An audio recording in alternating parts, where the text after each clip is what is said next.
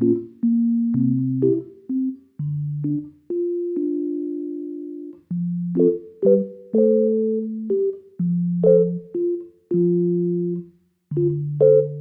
name is Arthur Blackhawk. I'm a resident of Essex, Junction, Vermont.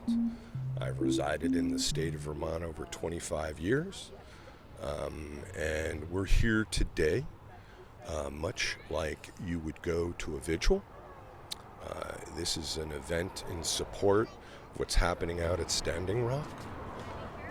The people out in Standing Rock, for those who have not, bear witness to the news and what's going on in the public media circles, are an oppressed people who are being violated to this day in their sovereign rights to their own basic human needs, clean water, fresh air, and the right to determine what's going to happen on their own lands. Well, currently, Standing Rock is at a pause because there's a decision being made by the Army Corps of Engineers on the permitting and permission to do the type of construction that's involved with this pipeline. And so that ultimately, this is the location of our Army Corps of Engineer representatives here in this locality. There are several around the state that are currently being occupied similarly.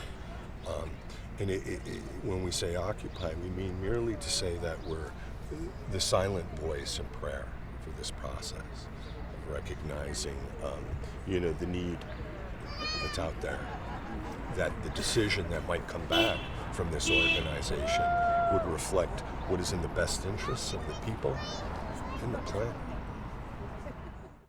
My name is Carrie Ellis. I'm with 350 Burlington and 350 Vermont. We're here today as part of a national day of action. There's about 300 different events taking place in solidarity with Standing Rock today across the country, in Europe, in Australia, and in Asia. So we've got tens of thousands of people who have come out today to show their support for the water protectors in North Dakota. And we're here today to join our energy and our prayers and our spirit as part of that struggle, as part of the effort to stop the Dakota Access Pipeline. So with respect to the larger issue of climate change, any fossil fuel infrastructure, whether it's an oil pipeline in the upper Midwest, whether it's a gas pipeline in Vermont, whether it's fracking in Colorado, in Ohio, in Pennsylvania, all of those activities are dangerous to our climate, to the human race, to all of the beings of the earth. So that's definitely part of the reason why 350 has been involved with this particular effort. In addition to that, we have always been strong allies and proponents of Indigenous rights.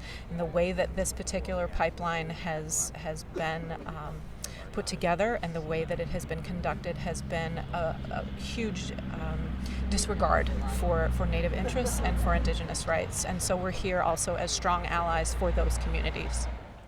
Of course, yeah. So the Trump administration has promised that they will open up fracking of shale and gas deposits throughout the country on federal land, on private land, that is going to be a big push for that administration, which certainly 350's position is that would be disastrous. And if that promise is something that they intend to make good on, then there's going to be a whole lot of resistance from a whole lot of people, because that is... If President-elect Trump is at all serious in his promise to be the president for all Americans, that is not the way to go about it. My name is Mari Cordes. I'm a registered nurse, an activist, a grandmother, and I'm here, wait for the truck to go by, helping to build a movement that will protect our earth and bring the power back to people around issues like this, and stopping dirty energy projects that only benefit huge corporations and that toxify the environment for millions of people, and a project that's breaking a treaty, that is trespassing on sovereign nation land, and their sacred ground. Phil Scott's election set the tone, and we were prepared for it on a number of fronts, on healthcare, clean energy. I know that the industrial wind protesters, many of them voted for Phil Scott because he's against industrial wind. Our concern is that on many issues like investing in clean energy infrastructure, we're going to fall much farther behind than we wanted to be in the next few years.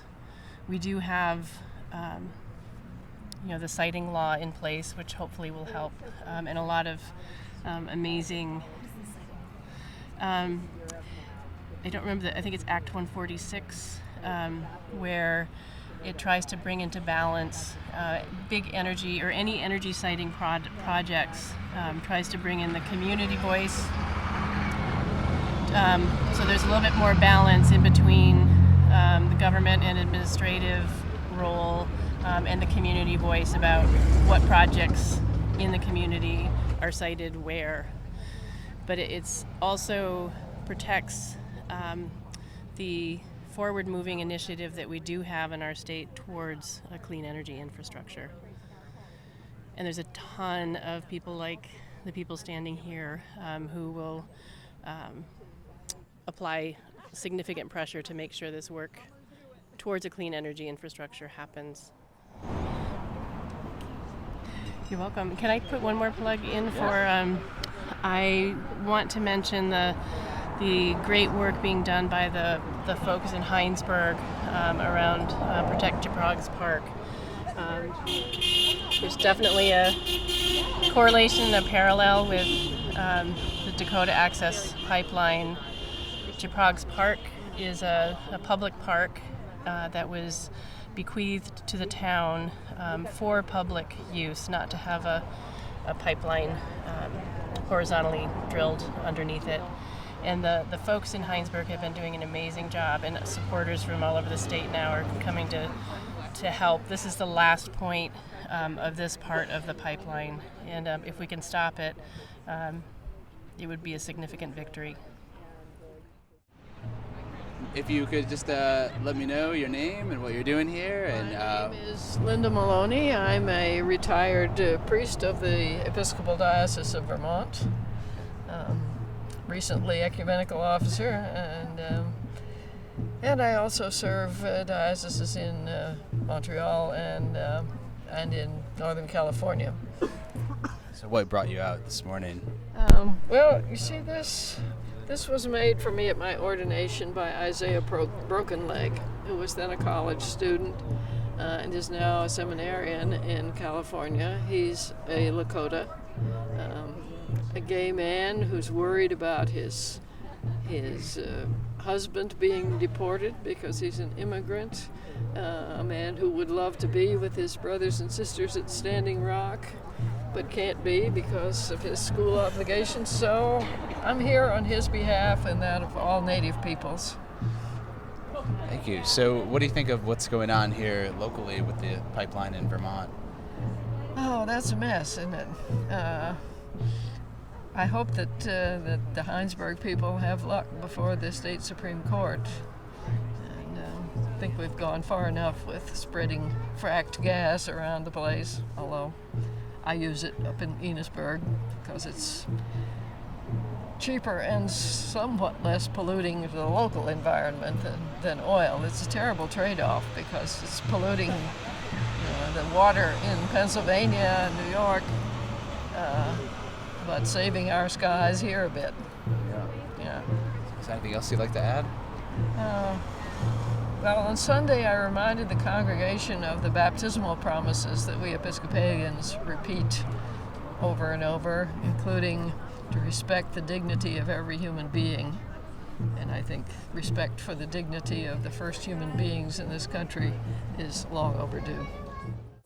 This is my first time in Vermont. I'm originally from the Junction First Nation in Sarnia, Ontario. Yes, and I think it's really great to see so many people involved and out here early this morning. I think there should be everyone in Vermont should be out here today, and I think we should all be thinking of those in Standing Rock who are being dehumanized for defending the water, and this is the same story for Indigenous people all over the world doing the same thing, but now there's attention in North Dakota. Is there any stories from Canada that you'd like to share, that local issues that, as well, that are related to the pipeline resistance that we're seeing here across the U.S.? I live on the Great Lakes, and we are working hard to bring awareness of companies that are now putting tar sands oil in their pipelines and putting our drinking water at risk.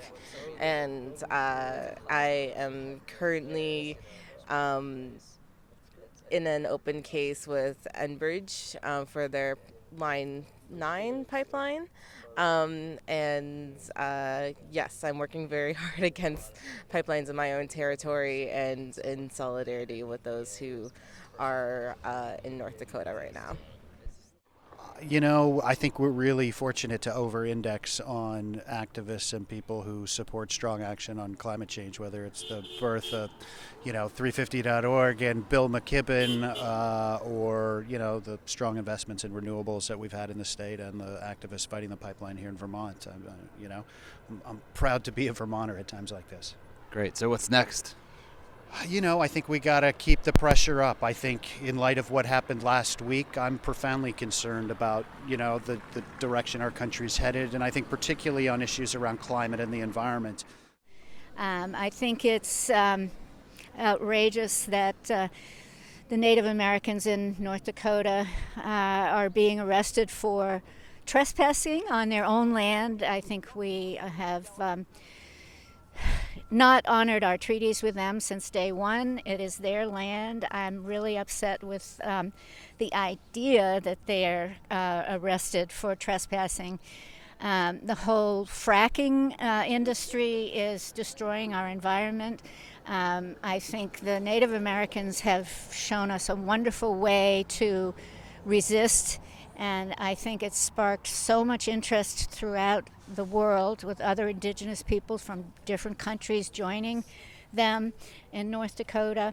I think it's really, the crowd here is pretty impressive considering the small state that we are, and the fact that we have 5 demonstrations going on today and 1 tomorrow. Pretty impressive. We need to stop fracking because it's going to ruin our environment, and we need to all stand up for it. That's why I'm here. My name is Jane Van Landingham, and I live in Richmond, and I am a grandmother, and I am appalled particularly by the treaties we have broken with these native peoples for so many years, which is why I have the sign "No More Broken Treaties."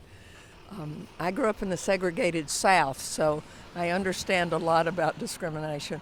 I'm also here because I'm a Quaker, and Quakers historically have always stood with Native peoples and tried to keep contracts with them. Nobody can speak for Quakers per se, so I'm not an official representative of Quakers. But in our faith denomination and our branch of it, we're all considered ministers because we don't use a paid clergy in our worship services, which are based on silent communion with God.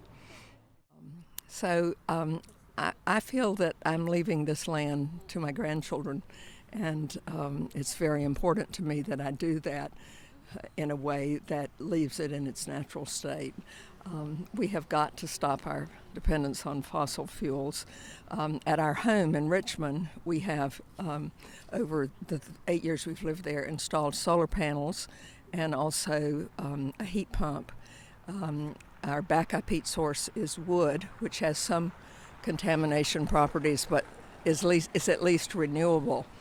And I think we each have to do these small things. It's a lot of us, I think Margaret Mead said this, doing small things that ultimately solve big problems. So that's why I'm here. I'm really devoted to this cause because it's a huge public health issue to keep the water clean. That's number one, basic for everyone, universal. And also because I'm really concerned about the imperialist and colonialist aspects of this. I find it incredibly disrespectful to the indigenous people despite disrespect of the actual treaties. And I'm a retired builder, and I've been an environmentalist all my adult life.